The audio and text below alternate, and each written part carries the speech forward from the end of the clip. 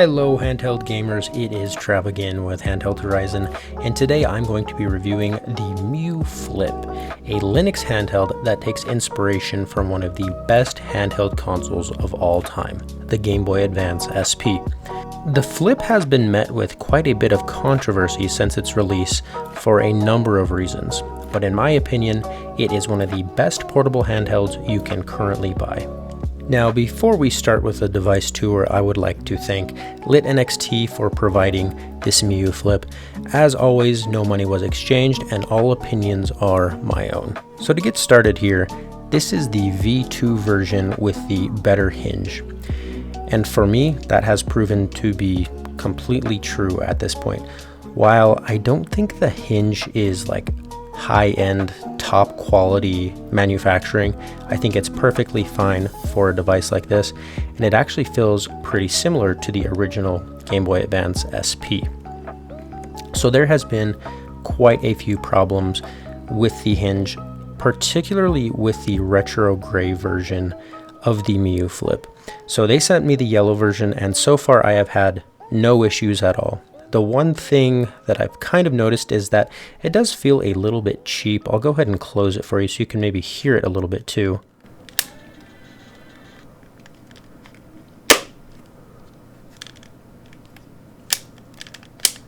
Now you can kind of hear that creaking. I'll bring the mic down a little closer.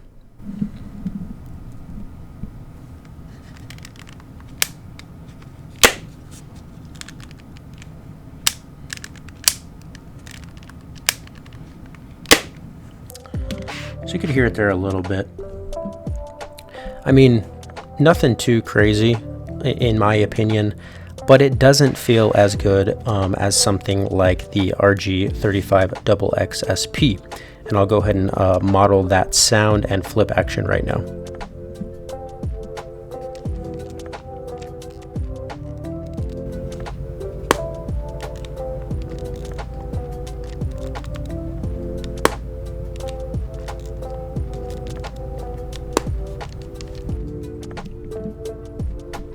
So altogether, the RG35XX SP, quite a bit more smooth, less creakiness, and overall it does feel a little bit more premium. Now, that doesn't mean the Flip is bad, but to me it just feels maybe not as crisp and like, I don't know, it just feels like maybe after a while you might start having some issues with this. So I've been messing with the Flip for about a month now, and have not experienced any issues yet, and I've been purposely opening and closing it a lot and have not lost the hinge lottery just yet, but we'll see if it holds up for a prolonged period of time. I will update you guys if this breaks.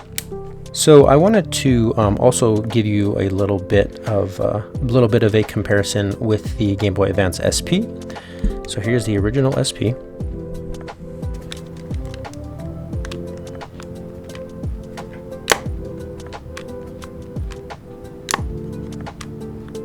And yeah, this one is pretty smooth as well, similar to the 35XX SP. And I'll just do the Flip one more time. You can hear that creaking going on. But nothing that sounds like alarming or like it's gonna break or anything like that. Okay, so let's get started with the device tour. So on the front, you can see I put a little Pikachu sticker. I thought it went well with the yellow aesthetic of this Flip version 2. On the top, you're gonna see your R1, R2, L2, and L1, just like this. You have your micro HDMI out and a USB-C. Now I actually do like these shoulder buttons, and it's because they're really, really quiet. And that is going to be a theme for the rest of this review, quiet buttons. On the back, you can see just a little bit of information here, model number, battery size, all that kind of stuff. It tells you that the battery may explode in fire. I've noticed that is kind of a theme on these handhelds, and that always kind of scares me. Luckily, I've never had one explode. You also have these lines on the back. I do like this. It gives you a little bit of grip, and there are some slits here maybe to allow the device to breathe a little bit more and to release some heat. So far, the Miyoo Flip has not been exceptionally hot for me, and just hasn't really been an issue at this point in time. On the right hand side of the device, you have the power button as well as a micro SD card. You can see right here you have the reset button as well, which is always nice to have, but you know, it's a little bit scary at times. Luckily this one is protected. You can't accidentally touch it, which I appreciate. On the left hand side you have the volume up down as well as another micro SD card slot. On the bottom you have your headphone jack and then another USB-C. All right, let's get into the inside. So you can see here on the inside that you have these nice kind of black and maybe reddish color buttons here, and I really do like this setup. At first I didn't know if I was going to like the yellow aesthetic, but I do like it so far. And then the buttons, and like I said before, every single button on the Miyoo Flip is extremely quiet. Probably can't even hear that.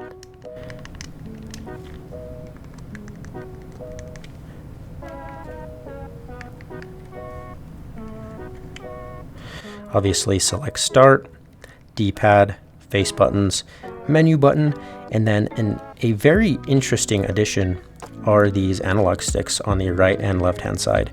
Now, some people might be thinking it's stupid, you wouldn't really ever use them. And to be honest with you, I don't use them a lot, but when I do use the analog stick, it's actually quite useful if I'm playing some Pokemon or something like that. It's nice to take a break from having to actually press down and then just use this to move your character or select your move or anything like that. So it's actually pretty nice to have. You have your speaker firing out of the front here, and I've seen other reviewers mention this as well. The speaker's actually pretty dang good. Probably one of the best speakers I've seen on a retro device like this. You also have your power button here as well as a charging indication, and then the screen itself. So this screen is 3.5 inches. The exact same size that you will see on the RG35XX SP, but they were able to fit it into a much more pocketable form factor, which I really do appreciate. Now the screen is nice. It's not the best screen in the world. It's, you know, it's not like a Trim UI brick or anything like that, but the screen is nice and I have enjoyed it so far. Has not really given me any issues at all. So you know, I will be linking the Miyoo Flip below. You can purchase it from Lit NXT directly, or you can get it on Amazon. There are some pretty good deals on Amazon right now. I think you can pick this up for like 75 bucks with a coupon, which is pretty good value at this point in time with all the tariffs and stuff like that. Now for me, when I am watching a review about a device like the Flip, one of the most important things for me is just really grasping the size and how it's going to feel when you're actually using it. So I wanted to take a good bit of time here and compare it to some other devices. So first of all, let's compare it to the RG35XX SP. So I'll go ahead and line them up. You can see that right from the outset, the 35XX SP is a little bit bigger in terms of height. And then when it comes to width, it is actually considerably wider here, okay? And let's look at the thickness now. You can see that the Flip is just a little bit thinner than the 35 SP. Not super thin, not a lot thinner, but it is noticeable when you have it in your pocket. I'll go ahead and line it up like this so you can see. You can see it's a few millimeters thicker. And then when you actually open them up,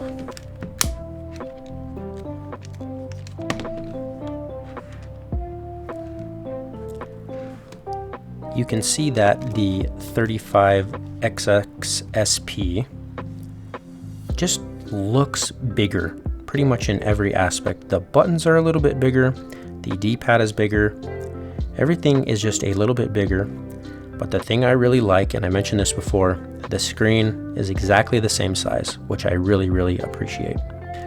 Alright, I will be comparing it now to the original Game Boy Advance SP. This one I have here is over 20 years old at this point and is still working like a charm. Unfortunately, this one doesn't have the brighter screen, but hey, it still works, and for me that's a win. So let's line these up just like that. And you can see, man, they are almost the same size when you open them. The screen, the angle of the screen is a little bit wider on the Flip, but just a little bit. You can see that the SP goes all the way down, and the Flip does not go all the way down. It only goes, I think you're maybe about a centimeter from the desk here. All right, let's look at them when they're closed up. I mean, almost exactly the same there. I'll go ahead and stack the SP on top of the Flip. And funny enough, I think the SP is actually a little bit wider than the Flip. Just like maybe 2 millimeters wider than the Flip. When it comes to height, almost exactly the same. Maybe the Flip is like a millimeter taller. But overall, I mean, almost exactly the same. Like, it seems to me like the manufacturer just took this design and said, keep it the same size, do whatever you have to do, make it the same size. And that's what we have here. So overall, when it comes to the overall design, ergonomics, it's going to feel almost exactly like an original SP, which in my book is a huge win. So as with any handheld gaming device, the most important thing is what games it can play. The Miyoo Flip has the power to play up to PSP and the Nintendo DS with essentially no issues. You might get a little bit of slowdown on some higher powered PSP games, but for the most part, PSP and down will run absolutely great. However, in my opinion, this device is just absolutely tailor-made for the Game Boy Advance. I have tried many different systems on here, including the Super Nintendo, N64, and PS1, but I always find myself going back to the system that this device was inspired by, the SP. In particular, I have been playing lots of great Pokemon games. This one right here is Pokemon Unbound. I've been playing some Radical Red, and I've actually tried out a new one. Well, it's actually not a new one, but it's new for me, Pokemon Gaia, for the first time, which has been a great experience. Hey, real quick, if you are enjoying the video or getting something out of it, hit that like button and subscribe. It really would mean the world to me. Okay, moving on to the software. The stock software experience on the Miyoo Flip is fine. Nothing super special, but it does get the job done. You can use the menu key to access save states, the RetroArch menu, and all that stuff we have come to expect with these devices. I would be lying though if I said that the stock OS is a finished product. The built-in file explorer is in Chinese, for example, and some menus and games that come with the stock SD card are also in a language that I just cannot understand. So it seems to me like this may have been a little bit of a rush job on the operating system side of things. And after spending a good amount of time tinkering with the stock OS, I decided to switch over to MIUI, which is probably the best option for a custom OS as I film this video for the Flip. Now, MIUI is super simple and easy to set up, and it's a custom OS that only takes you about 10 minutes from start to finish to get it up and running. I highly recommend you set up MIUI on your Flip. It just makes the whole experience quite a bit better. Alright, getting into my overall opinions. So, I think the biggest compliment that I can give the Flip is that it's taken over the Miyoo Mini Plus over the last month as my everyday carry. And the main reason for that are, one, I feel like it's protected because of the clamshell form factor. I just feel like I can throw it in my pocket and I can go out and I don't have to worry about it. I don't have to worry about getting a case for it. And two, it's just super simple and easy to use.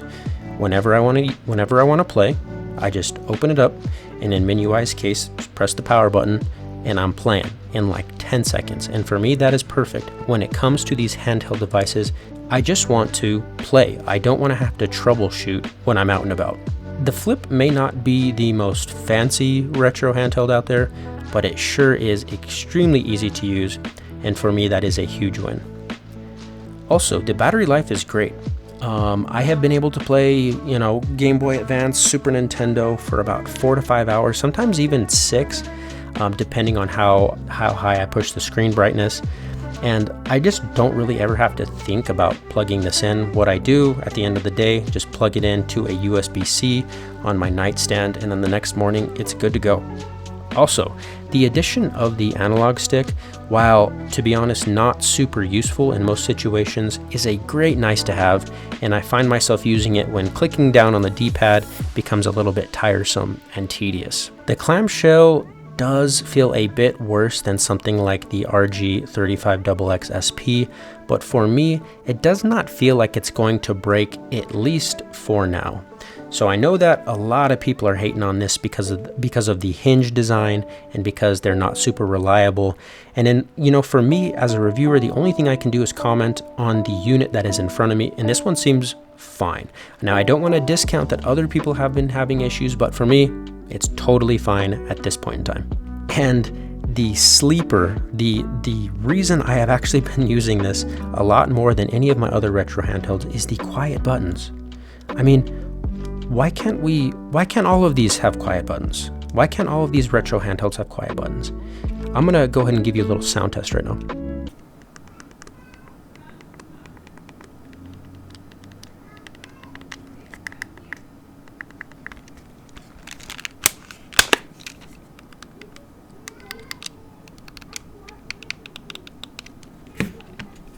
And funny enough, I think this is maybe the first retro handheld that I have ever bought that passes the wife test. And for people who are familiar with the channel, the wife test is, can I play this next to my wife in bed without her getting pissed off at how loud the buttons are?